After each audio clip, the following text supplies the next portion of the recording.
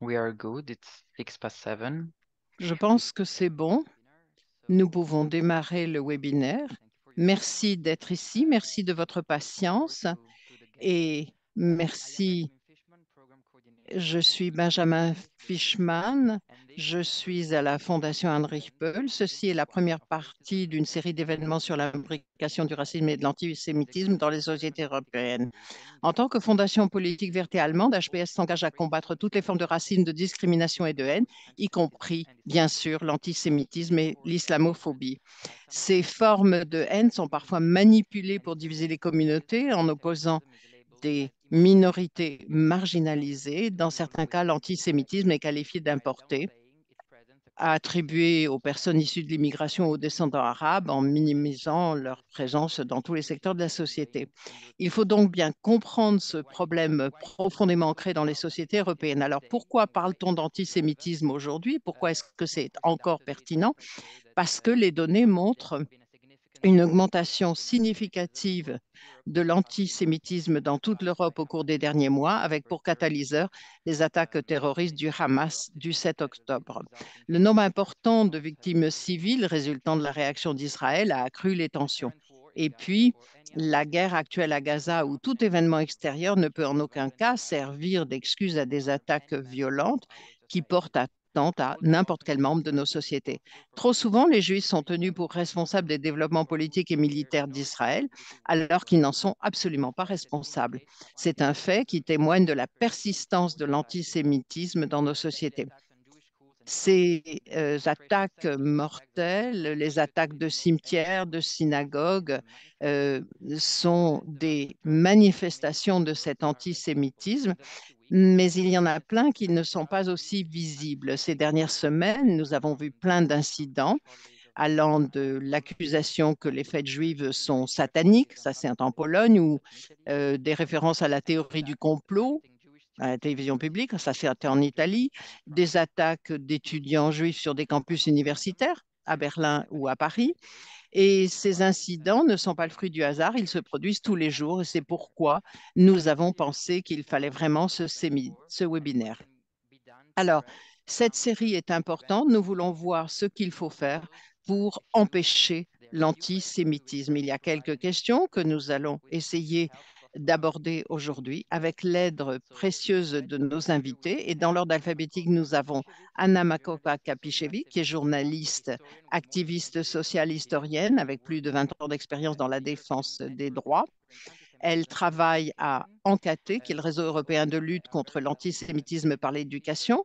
Nous avons également Benjamin Fischer, qui est un militant allemand, ancien président des étudiants de l'Union des étudiants juifs allemands et bien plus encore.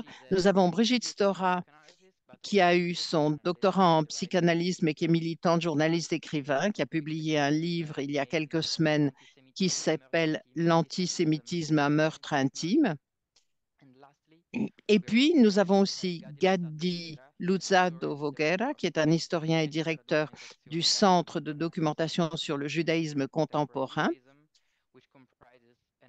qui inclut également un observatoire de l'antisémitisme en Italie. Je vais donc maintenant demander à nos orateurs de nous parler de la situation de l'antisémitisme dans leur pays. Qu'est-ce qu'il faut savoir pour notre public? Vous pouvez peut-être nous donner quelques données, quelques chiffres, quelques éléments de contexte pour qu'on puisse parler de l'antisémitisme dans votre pays. Et je vais commencer par Anna. Vous avez la parole. Merci. Tout d'abord, je vous remercie de m'avoir invité. C'est pour moi un honneur euh, d'être avec vous.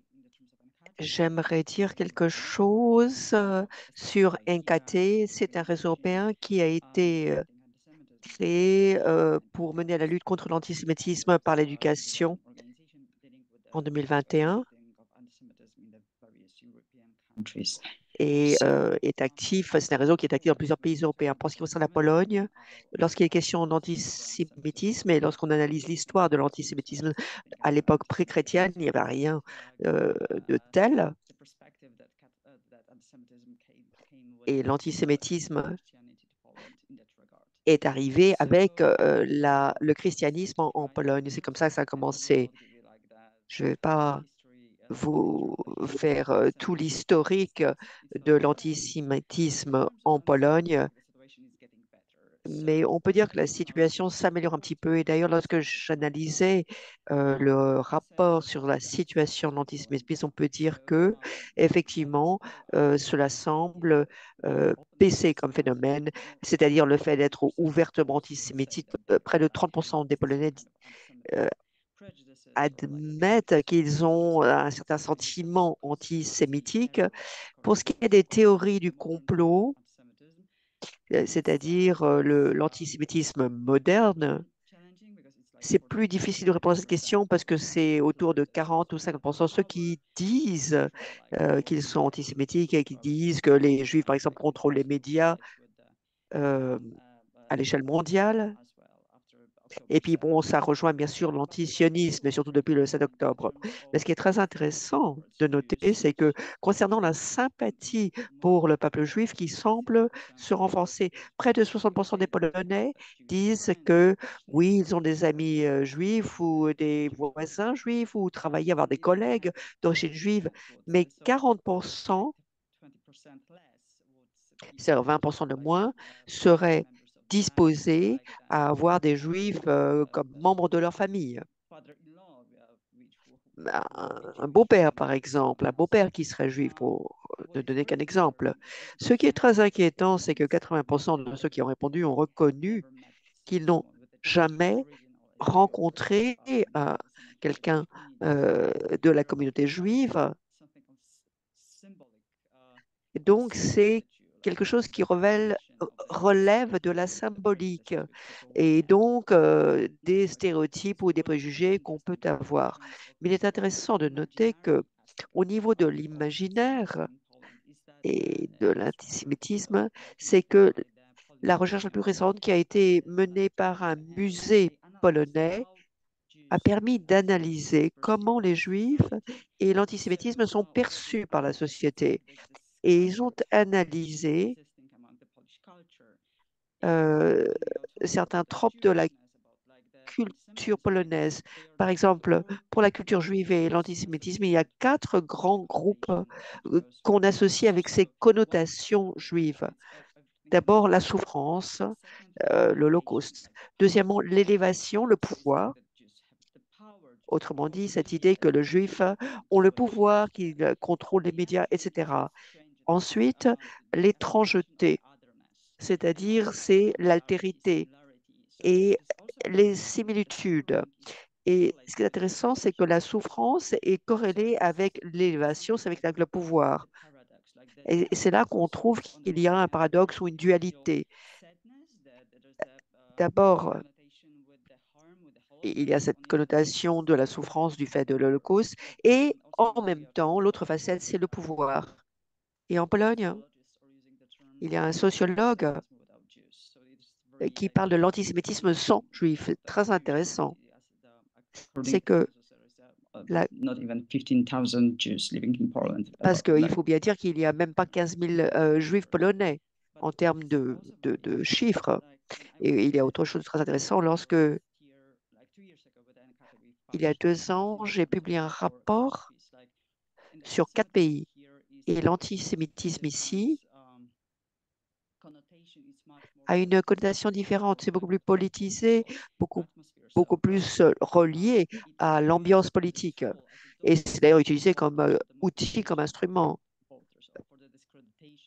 pour discréditer ou pour, par exemple, décrédibiliser par la voie libérale et l'agenda des droits de l'homme. Il suffit de dire de quelqu'un qu'il est juif pour dire ou sous-entendre qu'il n'est pas fidèle au pays et pour nuire à sa crédibilité. Ça, c'est très intéressant. Et il y a une distinction entre l'antisémitisme d'avant et par rapport à d'autres pays. Bon, pour faire bref, qu'est-ce que ça veut dire en quelques chiffres? Si on parle du 7 octobre, la haine qui s'exprime surtout sur Internet et envers Israël est lié aussi au sentiment anti-ukrainien. Et c'est très intéressant que l'antisémitisme est utilisé comme un cliché, comme un mécanisme qui est récupéré par la culture pour critiquer d'autres groupes. Et l'antisémitisme est tout simplement utilisé comme outil pour attaquer ou s'en prendre à d'autres groupes qui sont ciblés par la haine. Voilà, merci. Je vous remercie, Anna. Maintenant, je donne la parole à Benny, car l'histoire allemande est très différente. Le travail de mémoire qui a été fait par l'Allemagne est tout à fait unique et singulier, est tellement singulier que certains Allemands estiment que ça, ils ont tellement bien fait leur travail qu'il n'y a plus d'antisémitisme en Allemagne et que c'est importé. Un exemple, c'est que lorsque les Allemands sont accusés d'antisémitisme, soit c'est nié ou l'accusateur est puni. Et il y a un exemple de quelqu'un en Bavière. Et lors d'une conférence récente qui a eu lieu à Paris, Max Scholik a parlé de ce mécanisme de déni de l'antisémitisme en Allemagne. Comment est-ce que vous décrivez la situation? Thank you, Benjamin. Merci, Benjamin. Merci de m'avoir invité et de me donner une plateforme pour aborder ce sujet très important. Je vais essayer de partir du général et d'aller vers le plus spécifique pour parler de certaines des choses que vous avez mentionnées dans votre introduction à juste titre. Ce sont de très bons exemples. Quand on parle de l'Allemagne, il faut souligner que nous parlons de l'Allemagne d'après 1945. Et ce qu'il y a d'important, c'est qu'il y a une continuité dans la société en général, dans la politique, dans les partis politiques, mais vraiment partout dans la société, et ça depuis 1945. Il y a beaucoup d'exemples, et il est important de souligner que ça a été le cas à la fois en Allemagne de l'Ouest et en Allemagne de l'Est, même si les récits sont différents sur le rôle des après la Deuxième Guerre mondiale. L'antisémitisme a joué un rôle essentiel, mais il y a beaucoup d'exemples, dont des exemples violents après 1945. Ce que j'aimerais vous montrer d'abord, c'est un point que je trouve très informatif. Je suis désolée, ça n'existe qu'en allemand, mais ça pourrait vous donner une impression de ce que c'est. C'est une liste de tous les incidents violents et antisémites depuis 1945 et la plupart des gens ne sont pas au courant de l'intensité de cette violence après 1945. Plus récemment,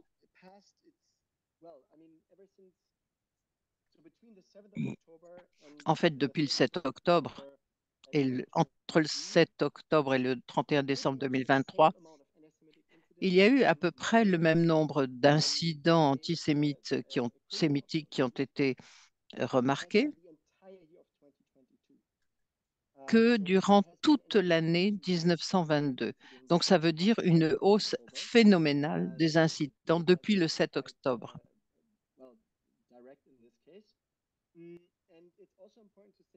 Et il est également important de voir qu'il y a une certaine constante dans les attitudes de la société en général. Un tiers des Allemands, en général, sont antisémites. On parle de 11 à 12% qui seraient à l'extrême, mais ces chiffres restent constants. Par contre, ce qui a changé, c'est le discours public à ce sujet. Et l'une des grandes raisons, c'est que le parti des nazis s'est dissous et ensuite s'est transformé en extrême droite, a fusionné avec l'extrême droite et avec ceux qui maintenant s'identifient aux nazis et qui sont donc à l'extrême droite, avec un discours qui n'est pas moins extrême d'ailleurs, même il est peut-être un peu plus masqué, mais bon. Alors, il y a quelques éléments que j'aimerais partager avec vous. Les chiffres que je vous donne sont les chiffres du gouvernement allemand.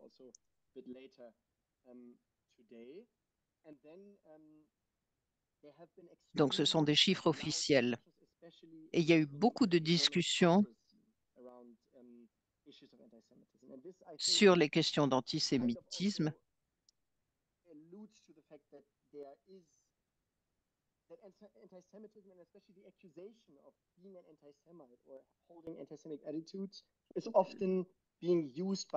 Et en disant que les accusations d'antisémitisme sont utilisées par la gauche et que la droite est antisémite. Et enfin, bref, tout le monde accuse tout le monde d'antisémitisme. Mais quand on voit la scène culturelle allemande, la gauche allemande semble être compromise également. Et vous avez des conservateurs de droite qui accusent la gauche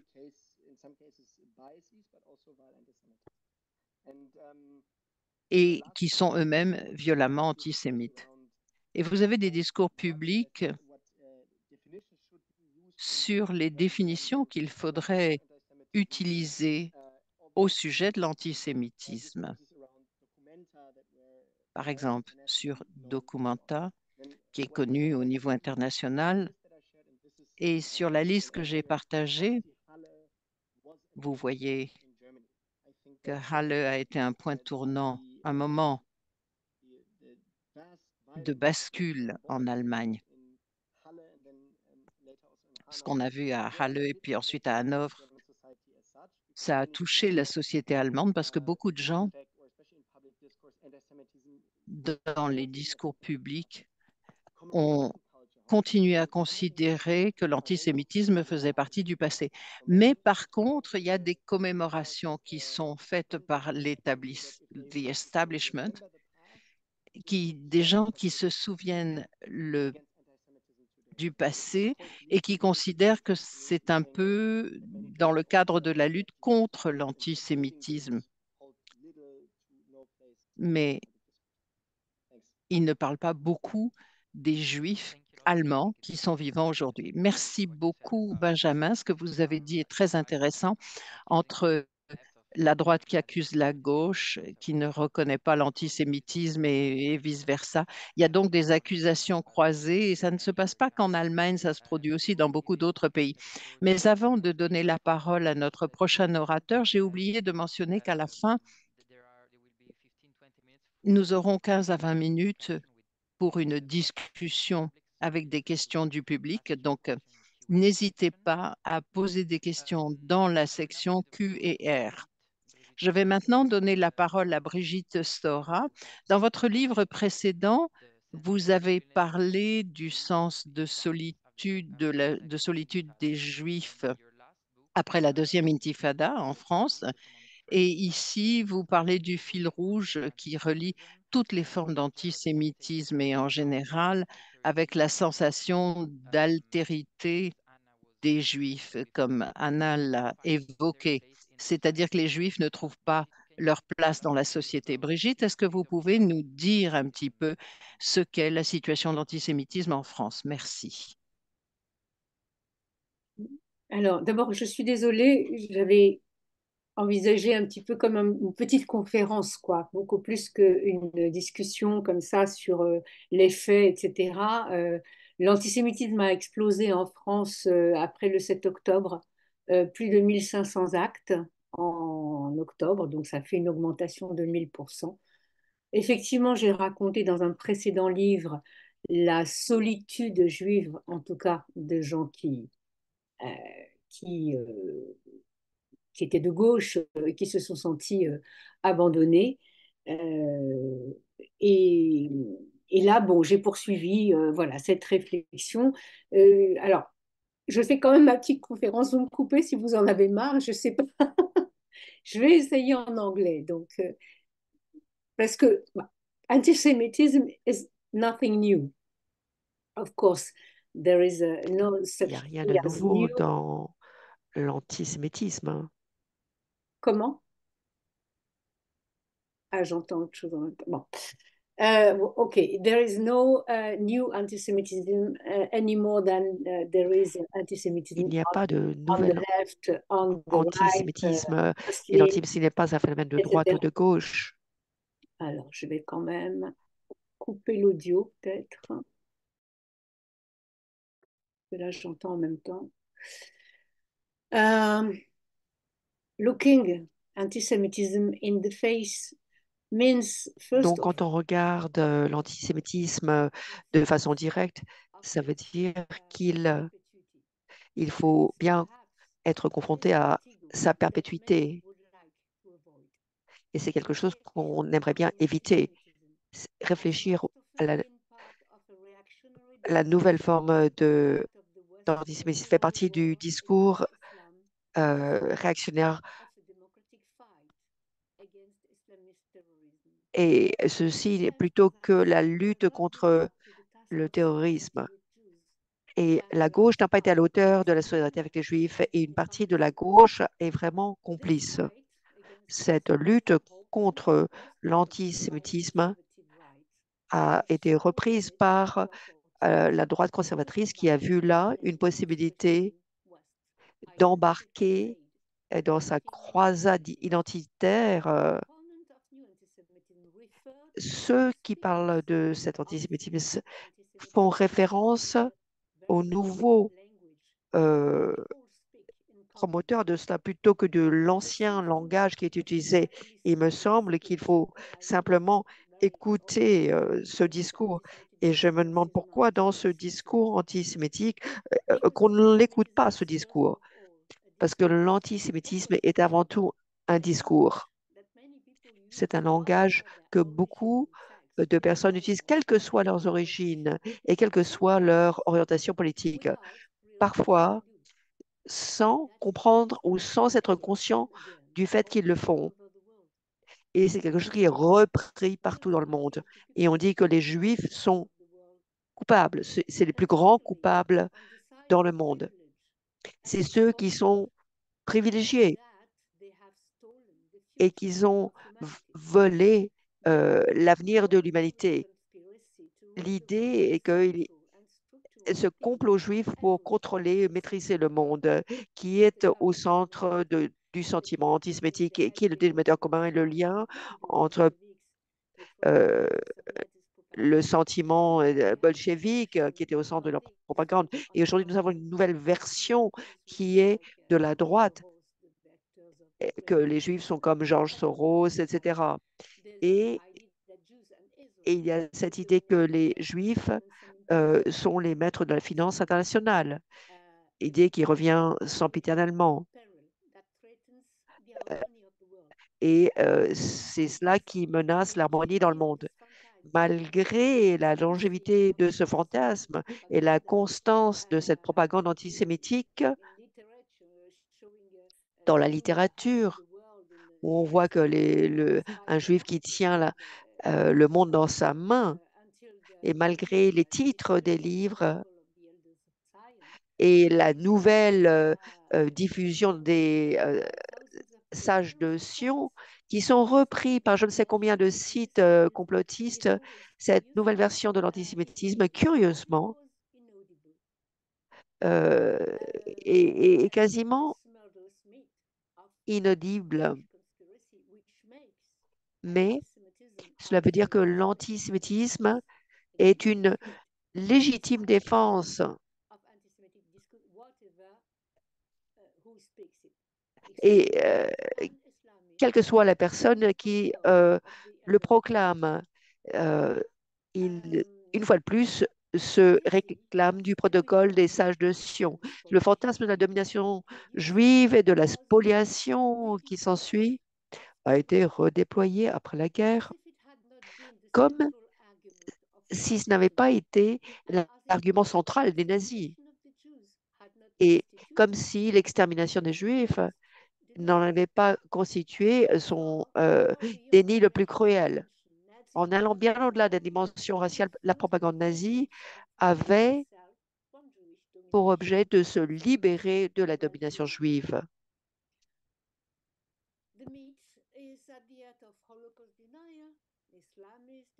Il y a bien sûr les négationnistes, les islamistes, mais souvent on le retrouve également dans les discours antisionistes et apparaît même dans un discours anti-globaliste, anti-mondialisation qui euh, met l'accent sur la domination, mais la domination au sens abstrait. Et on n'a pas du tout peur de mettre Israël au centre de cela. Et là, je ne parle pas d'une critique légitime d'Israël ou de responsabilité du gouvernement actuel et des massacres perpétués à Gaza, mais je parle de la haine d'Israël qui est maintenant une espèce de rage irrationnelle, pardon, que l'on trouve non seulement dans les mouvements suprématistes ou islamistes, mais et c'est qu'on trouve au centre de ce discours, autrement dit, un peuple coupable qui est à la racine de tout. L'antisémitisme, ce n'est pas une série de préjugés qui s'additionnent, c'est une vision du monde qui est au centre même de la tradition occidentale. Anne Frank, dans son livre, dit, et elle a écrit, qui a fait de nous, juifs, des êtres exceptionnels? Qui a fait de ce peuple la raison de sa mauvaise fortune? Le christianisme, ou pour être plus précis, l'Église, c'est pas seulement une religion, mais c'est également une civilisation fondée sur le déni même de sa propre origine, faisant un seul peuple, le peuple coupable de tout le malheur de la terre. Et, euh, et c'est ainsi que les Juifs ont été haïs pendant des années et ceci a été utilisé pour justifier des massacres et des pogroms. 2000 ans de fake news, c'est long. Et c'est cette haine qui postule l'abolition du judaïsme comme étant la condition de la rédemption et la seule condition d'une rédemption possible. Et David Nuremberg, l'historien américain, je vais vous interrompre. Il vous reste 2 minutes.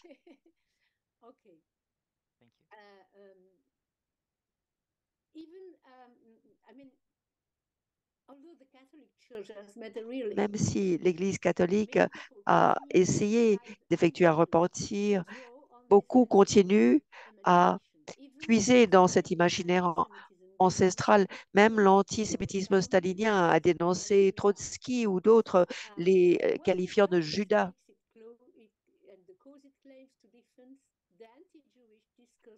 Le discours anti-juif a été déploie un langage analogue depuis des siècles, même si on a le sentiment de le réinventer. C'est ainsi que l'idée portée par les fascistes et bon nombre de pouvoirs coloniaux qui disaient qu'on en fait trop, on fait trop de cas de la Shoah. Cela n'a rien de nouveau. Et le reproche que les Juifs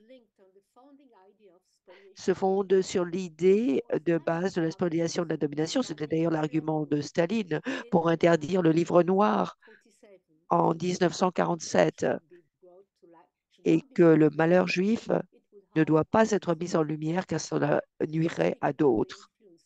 On peut parler de l'influence de l'antisémitisme stalinien qui a joué un rôle très important dans le retour du mouvement anti-juif au XXe siècle. Dans mon livre, je parle du lien entre l'altérité et la lutte pour l'émancipation, car je suis convaincue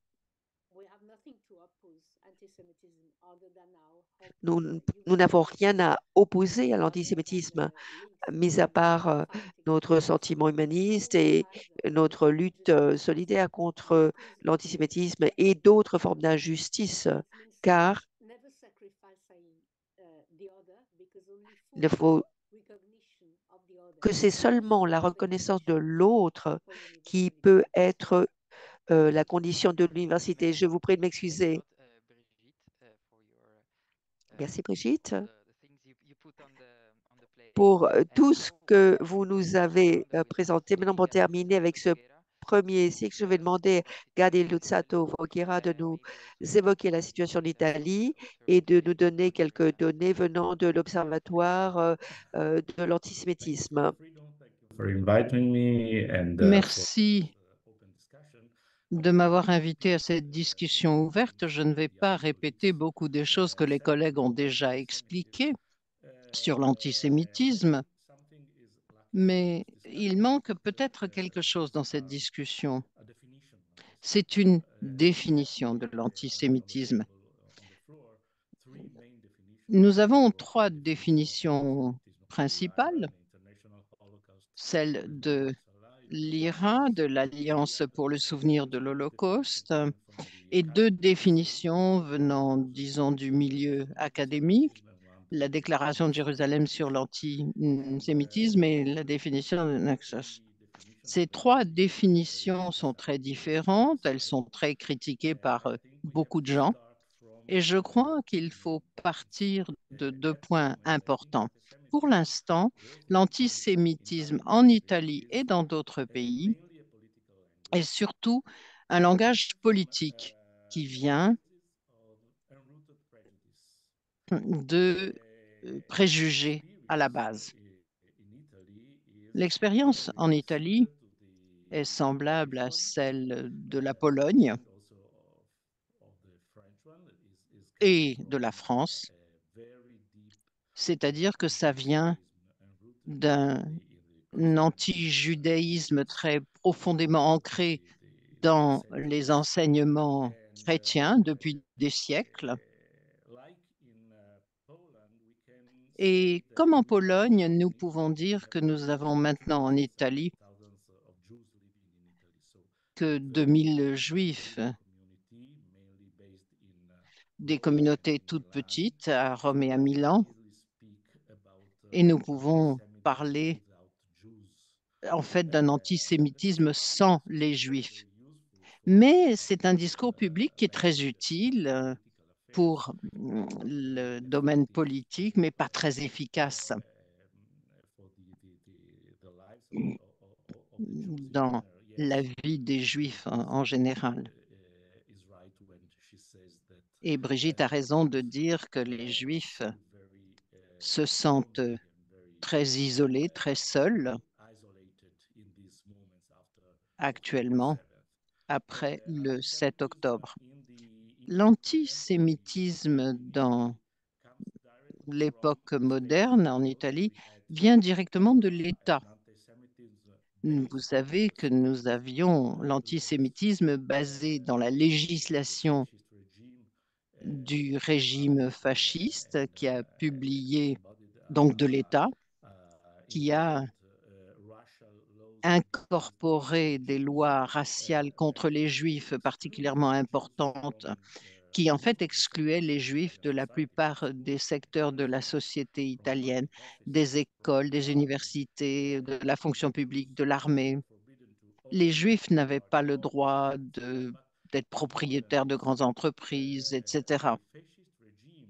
Et le régime fasciste, qui était quand même l'État italien, a éduqué les Italiens à haïr les Juifs. Et l'antisémitisme, en 1939, est devenu le principal sujet du livre que recommandaient toutes les écoles publiques d'Italie. Donc, le deuxième livre des fascistes éduquait les Italiens aux valeurs du racisme et de l'antisémitisme. Et quand nous voyons dans les communications ou dans les journaux des entités publiques qui dit qu'elles sont surprises qu'il y ait une montée de l'antisémitisme en public et ils oublient, tous ces gens-là, qu'il n'y a que 80 ans, que notre population a été éduquée aux valeurs de l'antisémitisme.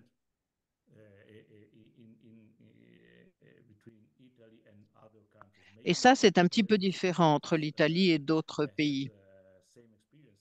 Peut-être que certains pays ont eu une expérience similaire. L'Allemagne, évidemment. Après la guerre, eh bien, après la guerre, l'antisémitisme n'a pas disparu. Nous avons vu une montée de fascistes nostalgiques ou de nostalgiques du fascisme dans les années 60 et 70. Et nous avons vu, et personnellement j'ai lutté, contre cette montée de l'antisémitisme venant de la gauche, très similaire à celle que nous avons vue après le 7 octobre, pardon. Au début de 1982, nous avons eu des attaques terroristes contre les communautés juives dans notre centre d'études à Milan, par exemple, ou contre une synagogue, avec un enfant qui a été tué par des terroristes palestiniens. Nos enquêtes donnent des résultats similaires à ce que l'on voit en Allemagne. Nous avons enregistré, depuis bien des années d'ailleurs, un niveau constant de ce que nous appelons une guerre antisémite, c'est-à-dire que 10 à 12% des gens sont agressifs et répondent par l'agressivité dans tout ce qui se passe entre Israël ou le monde judaïque, etc. Mais ça, c'est un niveau permanent d'antisémitisme qui est révélé par les études, avec évidemment une montée des attaques physiques en Italie depuis le 7 octobre. Alors, certainement pas au niveau de l'expérience française, mais quand même. Voilà, je vous remercie. Merci beaucoup. Merci à tous nos intervenants. Je voudrais maintenant inviter les participants timides à poser des questions dans la zone Q et R, donc questions et réponses. Et puis, pour la deuxième partie de ce webinaire, je crois que la situation n'est pas brillante, mais qu'au cours des années récentes et des décennies passées, les gouvernements et la société civile ont essayé de contrer l'antisémitisme. Et je voudrais que nos orateurs nous parlent un petit peu des stratégies qui sont mises en place pour contrer cet antisémitisme. Est-ce qu'il y en a qui sont meilleurs que d'autres à mettre en œuvre? Et bien sûr qu'on voudrait trouver une solution durant ce webinaire, mais on n'y arrivera peut-être pas. Je pense qu'il serait utile de partager des bonnes pratiques, par exemple la coordination des luttes, comment lutter contre les discours de haine en ligne et hors ligne, avoir une bonne définition de l'antisémitisme par les parlements nationaux ou européens. Et puis, il y a peut-être d'autres initiatives qui pourraient rapprocher les sociétés de la culture juive. Alors, je vais recommencer dans l'ordre. Anna, je sais que vous êtes convaincue que l'approche stratégique, c'est celle qui passe par l'éducation contre l'antisémitisme et à propos de l'Holocauste et contre toute forme de discrimination contre l'intersectionnalité. Vous voudrez peut-être commencer à répondre à cette question en parlant de votre projet, les histoires qui font mouche. Merci. Je vais parler du niveau national pour commencer. Donc, la division d'IRA a été adoptée par le gouvernement 2021, la Pologne fait partie de l'IRA aussi, et c'est dans le programme scolaire et dans les manuels scolaires, il y a des informations sur l'Holocauste et sur les Juifs. Lorsque j'analysais des manuels scolaires en 2016, la première information que j'ai vue, c'était les leçons d'histoire telles que c'était enseigné, c'est que c'est les Juifs qui ont tué le Christ.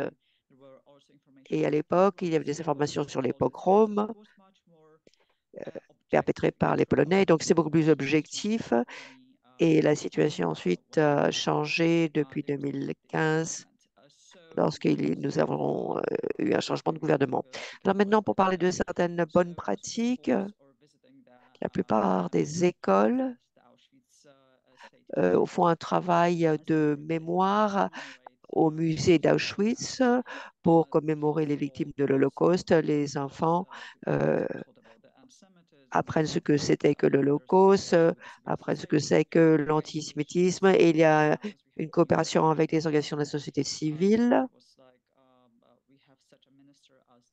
Nous avons un ministère de l'égalité qui est responsable de l'inclusion de l'égalité dans les programmes scolaires. Donc, il y a beaucoup de bonnes pratiques au niveau du gouvernement local, des municipalités, et des bonnes pratiques qu'on peut partager.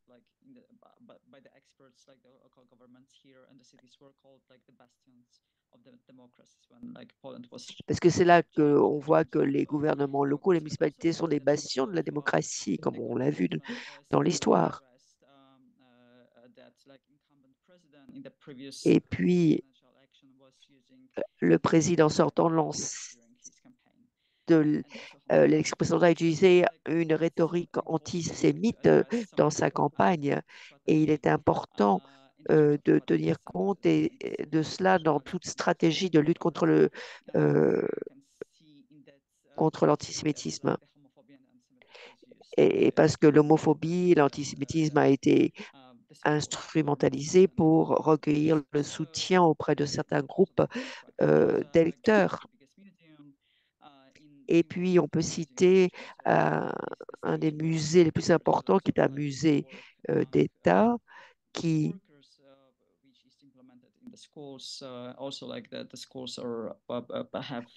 traite de la question, et les écoles peuvent également faire suivre des cursus de formation pour leurs enseignants. Mais depuis 20 ans, il y a une certaine éducation sur l'Holocauste et sur l'antisémitisme. Et on met un peu ça sous le même chapeau. Et pareil pour l'islamophobie, l'homophobie et la romaphobie également. Et puis nous sommes confrontés à un défi du fait des témoins, des rescapés de l'Holocauste qui disparaissent, et la mémoire des événements traumatiques qui existaient au sein de la communauté juive depuis 5 générations, et ceux qui n'avaient pas connu le traumatisme, ça a quand même duré pendant 3 générations. Et puis, c'est un souvenir beaucoup plus douloureux pour la population juive. Et alors que pour une population non juive, c'est beaucoup plus factuel. Donc, on n'enseigne pas l'Holocauste de la même façon. Comment susciter l'empathie? L'une des façons dont on suscite l'empathie, c'est cet aspect intersectionnel. Discrimination près du corps, et par exemple des enfants qui n'ont pas d'amis juifs. Et, et puis il y a l'aspect de discrimination plus au sens large, parce qu'un ami peut être victime de discrimination parce qu'il porte des lunettes ou parce qu'il appartient à notre groupe. Donc, c'est autant d'outils qu'on peut utiliser, comme vous l'avez dit. Avant, on insistait surtout sur l'Holocauste quand on voulait évoquer la discrimination. Mais maintenant, on parle davantage de l'expérience des groupes qui font l'objet de discrimination, du discours de haine ou de crimes de haine. Alors, on essaye d'utiliser ce sentiment d'empathie pour en tirer des leçons. Et ça, c'est là que se situent les défis aujourd'hui. Et c'est vrai que la lutte est difficile.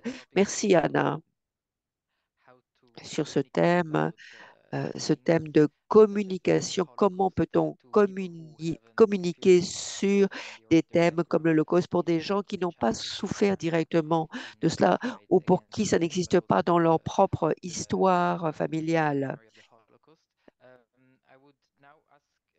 Je vais maintenant demander à Gadi Luzato-Voguera de nous parler de certaines bonnes pratiques et si vous voulez bien, pour commencer, nous dire qu'est-ce qui a changé depuis que vous avez vu la mise en place d'un coordinateur pour la lutte contre l'antisémitisme. Est-ce que vous avez vu une évolution? Quelle est votre perception? Oui, je vais répondre à votre question, mais je vais répondre directement à la première question qui en fait est liée à cela. Bon, je vais essayer d'y répondre. Oui, nous avons établi, enfin le gouvernement italien sous Draghi a établi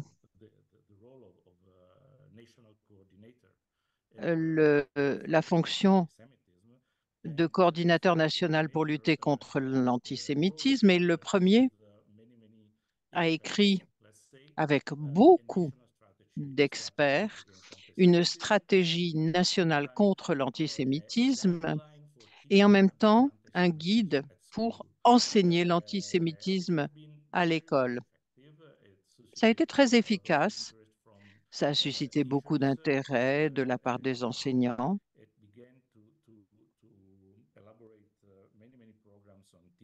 Et il y a eu beaucoup de programmes d'enseignement qui ont été faits à ce sujet.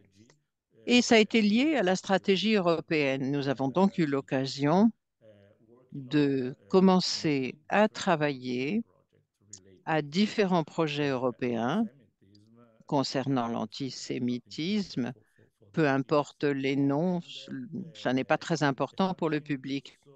Et on a établi également beaucoup de réseaux, dont un avec Anna, notamment, et NKT, mais d'autres également,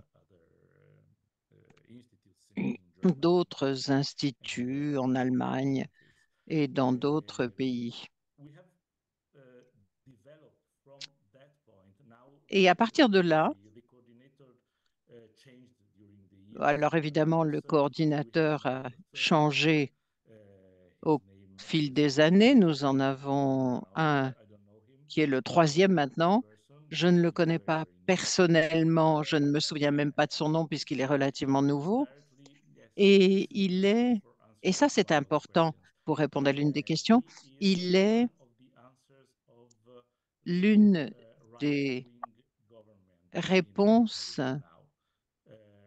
enfin non, pardon, il fait rapport au gouvernement d'extrême droite qui est au pouvoir en Italie aujourd'hui, parce que le gouvernement italien est confronté à l'antisémitisme et vous avez beaucoup de partis différents qui sont au gouvernement. Et certains de ces partis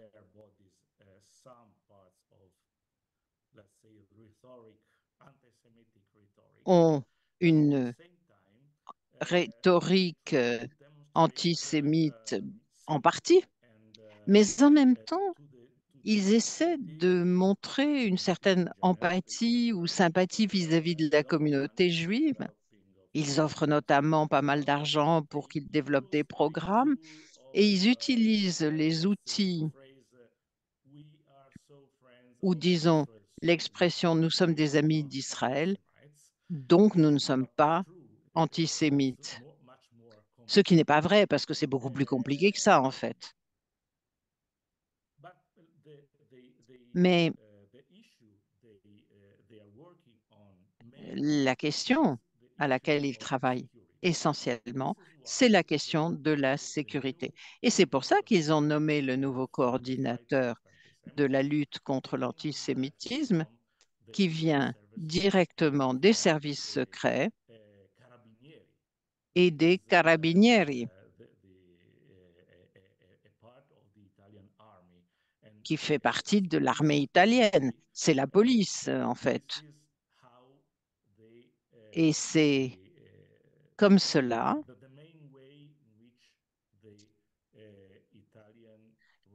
que le gouvernement de droite de l'Italie essaie de travailler contre l'antisémitisme en général. Merci beaucoup, Gadi, d'avoir répondu à la première des questions. J'ai écrit le nom du nouveau coordinateur dans le chat. Effectivement, il est très nouveau puisqu'il a été nommé le 4 janvier. Donc, vous venez de parler des manières institutionnelles de lutter. Brigitte, je sais que vous participez à beaucoup de réseaux, dont les guerriers de la paix, un autre réseau contre l'antisémitisme. Et puis, si vous souhaitez donner une perspective française sur ce que pourraient être les bonnes pratiques, vous pourriez peut-être parler du rôle de ces réseaux, de ces alliances. Et vous pouvez parler en français si vous le souhaitez. Euh, En France, les pouvoirs publics protègent les synagogues, les lieux juifs. Il n'y a pas de problème du côté du chef de l'État qui, très bien que libéral, a toujours une vigilance sur ces questions. Maintenant, moi, je suis pour. Hein. Il y a aussi la DILCRA qui s'occupe de lutte contre les discriminations, et notamment qui est très sur. Et il y a toutes sortes d'associations, de musées, il y a plein de choses. Et je pense que c'est très bien ce qui se passe aussi dans les. Je pense que c'est très bien, mais je pense aussi que, comment le dire sans ouvrir une très longue discussion, le rapport à la mémoire de la Shoah me paraît personnellement périlleux. Périlleux. Parce que d'une certaine manière, c'est une manière de dire, en fait, ben voilà, l'antisémitisme, c'est ça. C'est les chambres à gaz. Et du coup, ce qu'on peut avoir comme réaction, c'est, ah bon, bah alors, et tout ce qui est en dessous, c'est pas très grave. Vous voyez, comme si Hitler avait mis la barre tellement haut qu'en dessous, eh ben, il n'y a que de la relativisation. C'est la première chose. La deuxième, c'est la question de la culpabilité. Vous le savez bien, en Allemagne, vous qui travaillez depuis longtemps sur la question de l'antisémitisme secondaire lié à la culpabilité de la Shoah, on le voit, on l'entend dans les discours qui visent à nazifier les Juifs, nazifier Israël, expliquer que le bourreau est devenu victime, tout ça pour essayer d'effacer un peu l'ardoise de la culpabilité. C'est pas sur ce terrain, je crois, qu'il faut agir. Je crois que s'il y a un terrain, c'est peut-être pas la culture en tant que telle ou le savoir, parce que quand même, l'Allemagne, c'était pas le pays le plus arriéré de la planète. Et c'est pourtant là que ça s'est passé, au cœur de l'Europe. Il faut jamais l'oublier. Donc la culture, l'éducation, c'est une chose. Ça remplace pas les valeurs. Ça remplace pas. Quand tout à l'heure je disais, par exemple, que l'antisémitisme était une vision du monde, qu'il avait le même discours, etc. J'ai envie de dire, j'ai pas envie de parler avec les antisémites, mais avec ceux qui continuent à parler cette langue sans même s'en rendre compte, je voudrais leur dire, voilà, ça fait raison. Tout à l'heure, vous disiez qu'il y a une longue histoire en Italie, 80 ans. Il y a une histoire de l'antijudaïsme qui a 2000 ans, je le répète. Donc, il est important, de la même manière que les féministes, les antiracistes, les anticoloniaux, etc., ont expliqué que ce n'était pas seulement des questions de préjugés ou de mauvais comportements, mais aussi des structures patriarcales, la nécessité de justifier l'esclavage, le colonialisme, etc. Il faut montrer le caractère structurel. Et je suis étonnée, enfin pas franchement étonnée, mais que les études décoloniales, par exemple, ne se soient pas emparé de la question de l'antisémitisme pour dire, ben voilà, réfléchissons à ce que ça veut dire concrètement. Est-ce que ça... Ensuite, évidemment, vous avez parlé des guerrières de la paix. Il y a aussi Aura, réseau d'action contre l'antisémitisme et tous les racismes, qui tient justement à chaque fois à faire ce lien, parce que je crois que c'est dans ce lien qu'il y a quelque chose d'intéressant. Jusqu'à présent, les Juifs ne se battaient pas contre l'antisémitisme. Il laissait tomber le truc. Aujourd'hui, on a de plus en plus de gens, juifs ou non d'ailleurs, qui considèrent que la lutte contre l'antisémitisme fait partie du combat pour l'émancipation et du combat de la gauche. Et ça, c'est nouveau, même si on n'est pas très nombreux. C'est quelque chose qui vient. Alors, il y a des petits jeunes, Golem, etc., qui viennent casser justement cette solitude et offrir enfin une respiration.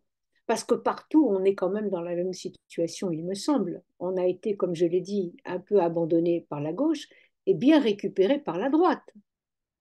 Donc pour certains d'entre nous, en tout cas moi, c'est la double peine. Et c'est aussi une manière, d'une certaine manière, de mettre les Juifs en péril parce que c'est les fixer là où l'imaginaire anti-juif les a toujours placés, du côté du privilège et de la domination.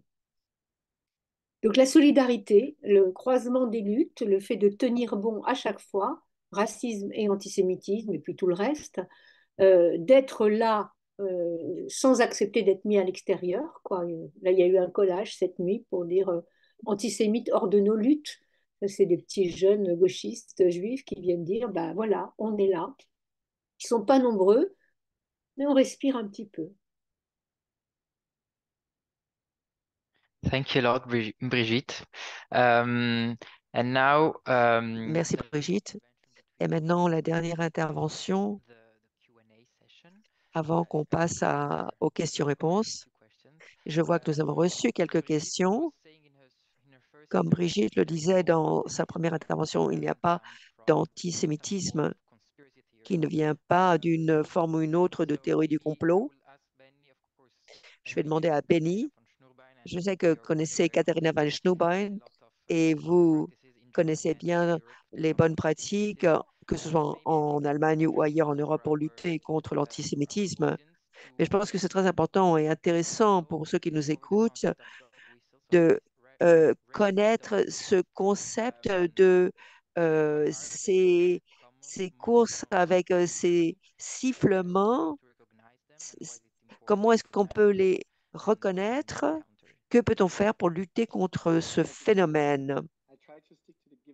Merci, Benjamin. Je vais essayer d'en rester au temps imparti et je crois que je peux donner quelques exemples. Peut-être que ça va souligner la position que je prends en tant que professionnel. Je travaille pour une fondation et là, je me concentre beaucoup sur des initiatives qui renforcent la démocratie en ligne de manière assez générale. Et dans ce cas, je me concentre beaucoup sur les idéologies de haine, la désinformation. Nous finançons des projets partout dans le monde, mais surtout en Europe, enfin aussi en Europe.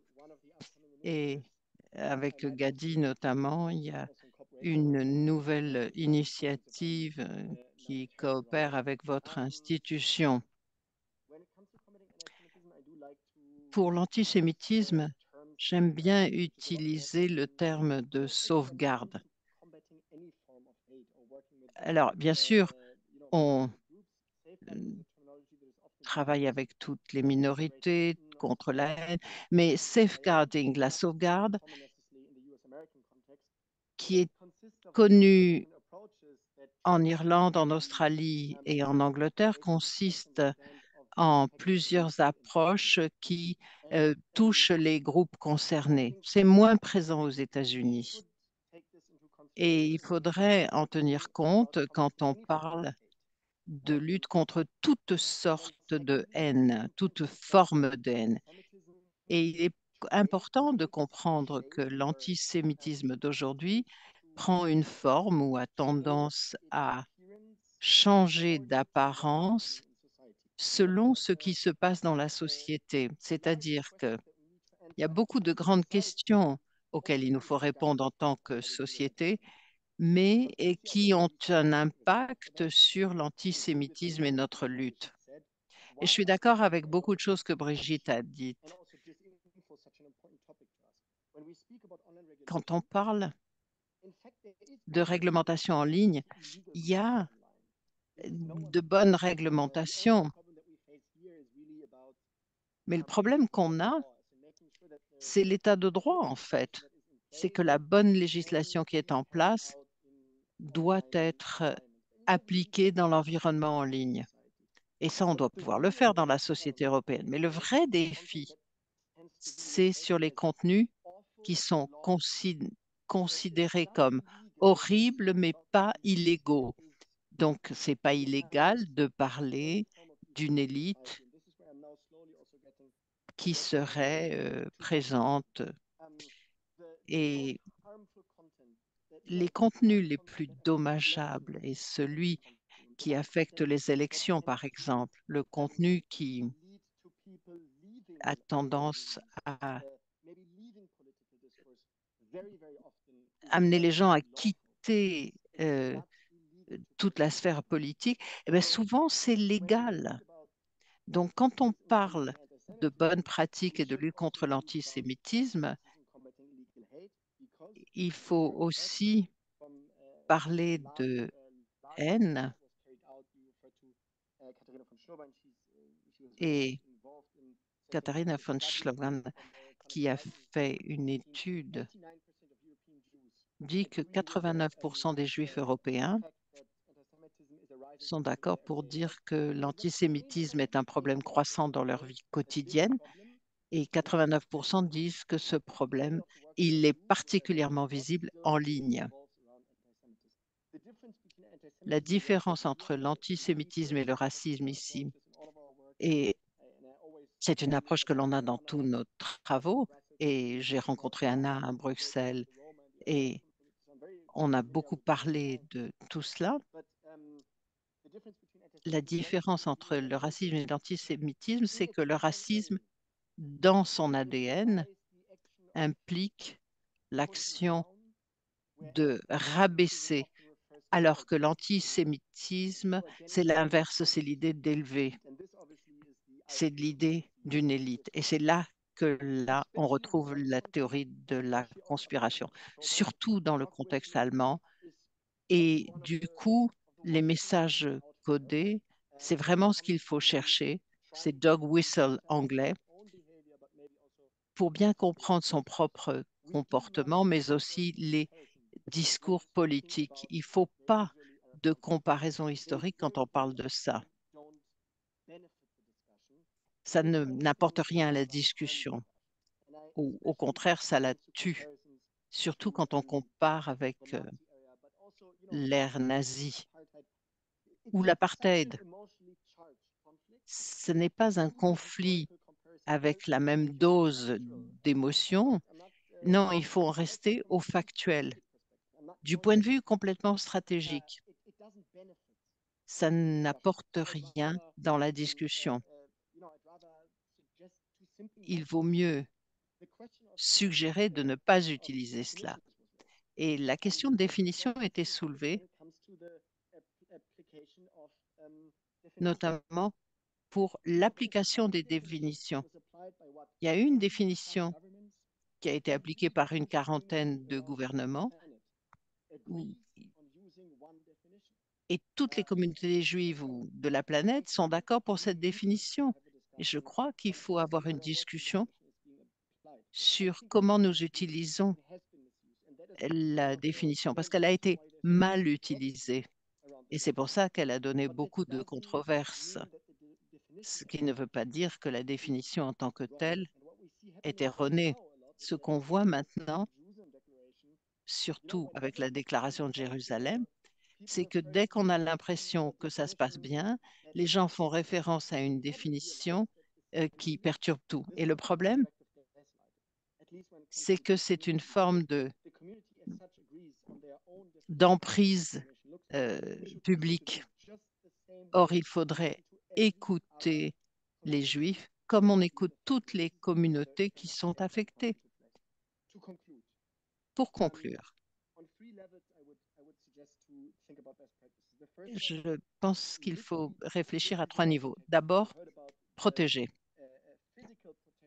On parle de protection physique, de sécurité physique des vies juives. Et ça, c'est un besoin indispensable. Et ça veut dire qu'il faut des fonds. Il faut, pour assurer la vie des Juifs, ça coûte beaucoup d'argent. Et sans ça, la vie des Juifs est menacée. Ensuite, il faut assurer le suivi, parce qu'on ne peut pas parler du phénomène d'antisémitisme si on n'a pas des chiffres concrets. Anna en a parlé notamment, et j'y ai fait référence dans le commentaire précédent, et puis dans le chat aussi. Et puis, il y a la question des bonnes pratiques. Et maintenant, on passe au niveau suivant en adoptant des normes européennes pour faire des rapports sur cela, de manière à ce que les chiffres qu'on repère en Pologne, en Allemagne ou en Autriche soient comparables. Parce qu'il y a des choses différentes qui se passent, mais il faut que le suivi qu'on en fait permette les comparaisons. Et puis, il faut voir la société civile, les communautés, bien sûr, mais les acteurs de la société civile qui essaient de renforcer la lutte avec des alliances. Et ça, ce n'est pas un problème que les Juifs puissent régler eux-mêmes parce que c'est eux qui sont affectés. Et puis, troisièmement, et ça c'est peut-être la chose la plus difficile,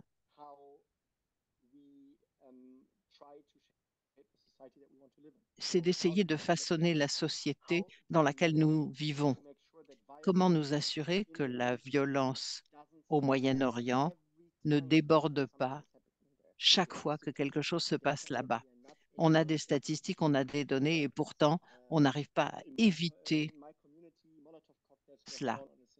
Dans ma communauté, il y a eu des cocktails Molotov qui ont été lancés contre la synagogue juste après les événements. Et donc, on revient à la question de sécurité, mais il y a Halle aussi. Tout ça, ce sont des choses que les États membres ont du mal à adopter, pardon. Ils ont du mal à former les juifs, le personnel, les juges, pardon, le personnel, les dirigeants.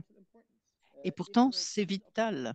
Si les officiers de police qui arrivent sur les scènes de crime ne peuvent pas décider qu'il y a eu de l'antisémitisme, eh ben, ça a un effet énorme à la fois sur les victimes et sur les résultats juridiques. Si les juges ne reconnaissent pas l'antisémitisme quand il apparaît, et il y a des centaines d'exemples que je pourrais vous donner, rien que de l'Allemagne, ça pose problème. Et il y a aussi le problème du fait que les gens ne vont pas voir le système de justice. Il n'y a que 5 à 7% des incidents antisémites qui ont été enregistrés entre 2017 et 2022 qui auraient pu être traités au tribunal, mais il n'y a que 5 à 7% qui l'ont été. C'est vrai pour d'autres minorités, mais ça montre d'abord 2 choses. D'abord que les gens n'ont pas confiance dans le système juridique et deuxièmement, qu'ils ne sont pas au courant de leurs droits ou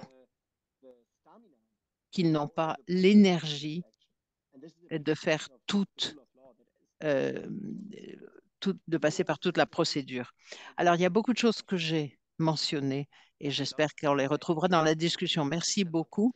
Vous avez effectivement donné beaucoup de matière à réflexion pour le public, pour moi. Il y a plusieurs questions qui ont été posées. 2 questions ont déjà eu des réponses de la part des membres de la table ronde, mais peut-être peut-on les lire si d'autres membres du panel veulent compléter les réponses.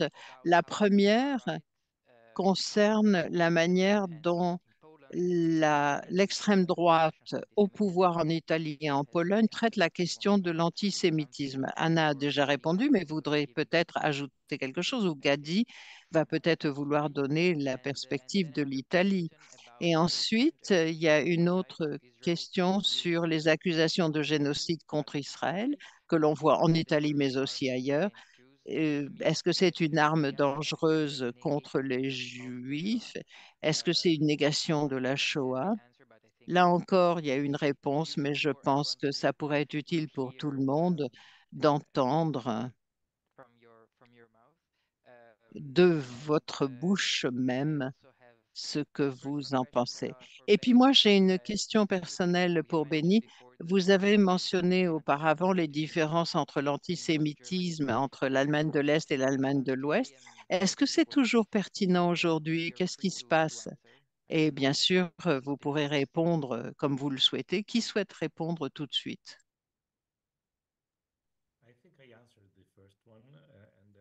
Je crois que j'ai répondu à la première question et la deuxième question, je répondrai par écrit, mais je voulais ajouter quelque chose. Il faut être clair que l'antisémitisme est pas seulement dangereux pour les Juifs, comme nous le savons, mais c'est également dangereux pour la démocratie de façon générale. Et c'est peut-être pas bien compris par le public au sens large. Lorsqu'on voit qu'en Italie et ailleurs, que c'est dangereux pour un Juif d'aller à la synagogue, ceci est lié à la liberté de religion et qui est un principe entériné dans la Constitution et qui fait partie des valeurs européennes. Et des étudiants juifs ou des étudiants israéliens qui font leurs études en Europe ont un sentiment d'insécurité. Ils ont l'impression de vivre dans l'insécurité. Et parfois ne vont pas à certains cours tout simplement parce qu'il y a des menaces ou des pressions qui s'exercent sur eux. Il s'agit bien là de liberté de faire des études qui est mise en péril. Et là encore, c'est une valeur générale, globale. Et si les universités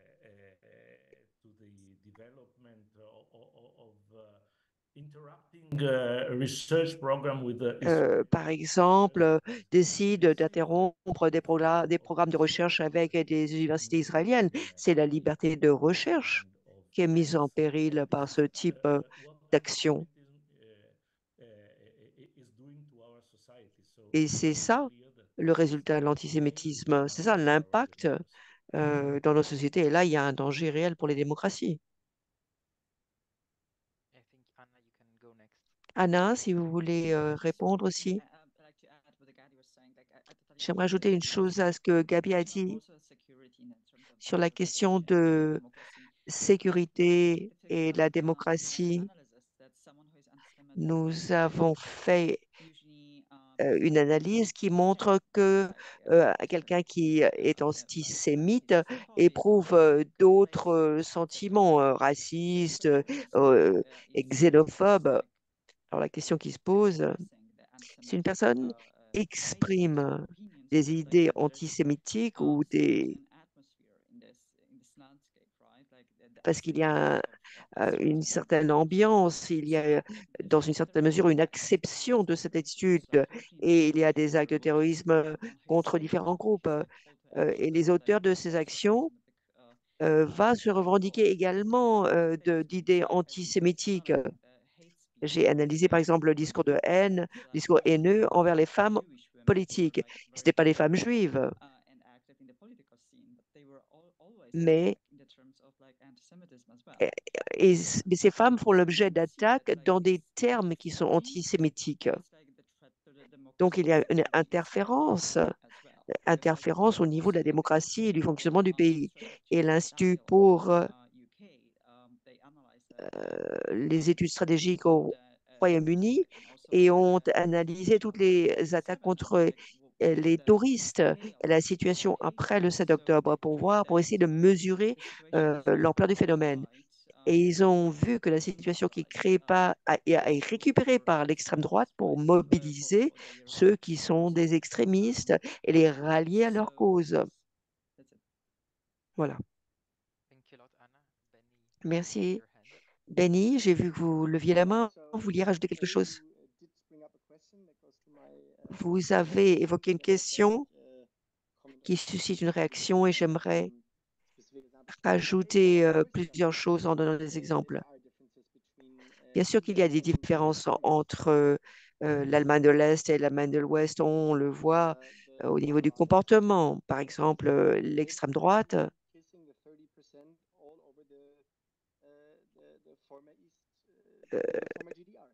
recrute fortement dans l'ancienne RDA.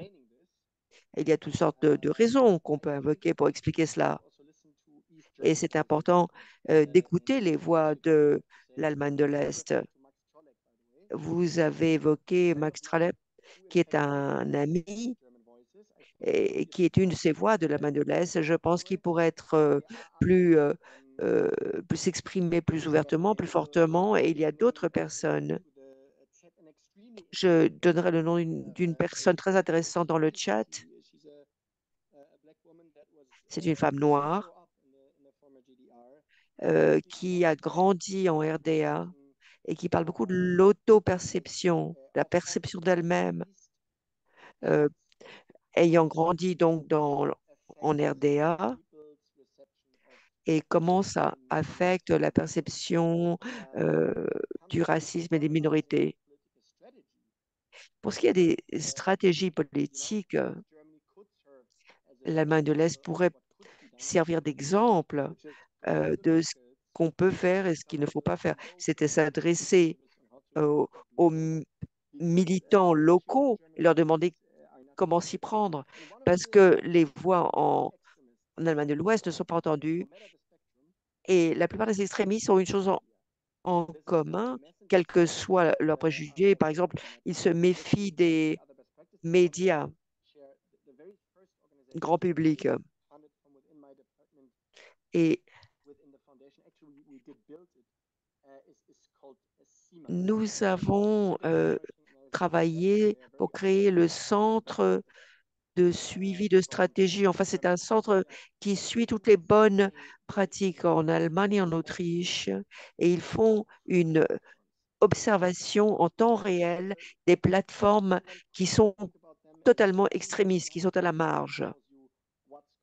Et ça vous donne une espèce de cartographie de ce qui se passe avec ces communautés très, très radicales dans un domaine donné.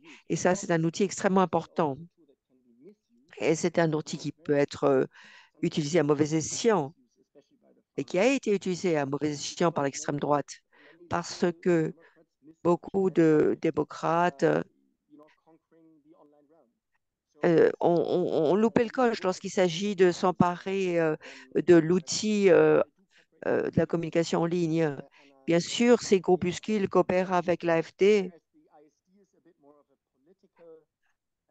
alors que l'AfD est une institution qui, en fait, donne des données et qui formalise des stratégies sur comment exploiter les données. Toutes ces organisations, euh, l'AfD, Timos, ne parlent pas uniquement ou ne s'intéressent pas uniquement à l'antisémitisme, mais ont quand même beaucoup travaillé là-dessus parce qu'ils ont compris qu'ils pouvaient comprendre les autres groupes à moins de comprendre l'antisémitisme et la lutte contre l'antisémitisme. Et c'est vrai pour d'autres pays européens également. Merci, Benny. Il nous reste encore 4 minutes. Brigitte, vous voulez rajouter quelque chose, quelques dernières remarques ou peut-être rajouter à vos réponses de tout à l'heure? Non, le conspirationnisme, enfin on en a parlé rapidement, mais il faut bien comprendre que le conspirationnisme et l'antisémitisme parlent la même langue. Le premier dit il y a un grand coupable à l'origine de la misère du monde, et l'autre susurre le nom du coupable originel que tout le monde connaît, qu'on connaît tellement qu'on n'a pas besoin de le nommer, d'où les fameux dog whistle dont on parle. C'est-à-dire, euh, on a eu des manifestations en France contre le pass sanitaire et les mesures, etc., qui brandissaient des pancartes où il y avait marqué qui? Point d'interrogation. Qui? Qui est à l'origine de tout ça? Qui tient les labos pharmaceutiques? Qui a peut-être... Et on le sait, nous sommes dans une société, dans un univers culturel où le qui coupable, c'est le non-juif. C'est ça qu'il faut réussir quand même à dire parce que sinon, on va, comment dirais-je, on va pas complètement s'en sortir. On se rend bien compte qu'il y a à l'endroit des juifs une mise en exception particulière. Tout ce qui existe pour les autres, qui a fini par être accepté, notamment à gauche, je pense par exemple à la parole des premiers concernés, qui est plus légitime que celle des autres. Les femmes peuvent parler peut-être un peu plus quand même de ce qui leur arrive, et c'est pareil pour l'homophobie, pour le racisme. Bon, tout ça, c'est des choses qui sont acquises, on va dire, dans le camp progressiste. Or, la parole juive sur l'antisémitisme, non seulement n'est pas audible, mais elle est suspecte. Et c'est là qu'il faut déconstruire, je crois, à l'intérieur des luttes. Quand je dis à l'intérieur des luttes, c'est qu'il me semble, ça reprend l'idée de base, est-ce qu'il y a un nouvel antisémitisme ou est-ce qu'on peut s'allier avec la droite dans la lutte contre l'antisémitisme? Moi, ma conviction, c'est que non. Il faut absolument nettoyer, et il y a beaucoup de travail à l'intérieur de ceux qui, normalement, se battent contre toutes les autres injustices et qui pensent la transformation sociale, voilà, l'égalité, etc. Je crois que c'est là qu'il y a un travail à faire, où il faut lier, encore une fois, ces combats-là, non pas pour les faire disparaître ou les faire passer en dessous, non. La lutte contre le racisme et contre l'antisémitisme ne peuvent pas être séparées, sinon on aboutit à ce à quoi on assiste aujourd'hui, c'est-à-dire une concurrence, une opposition, ben, on est de ce côté-là ou on est de l'autre, et ça ne correspond pourtant pas à ce qu'il faut faire dans ce bas monde.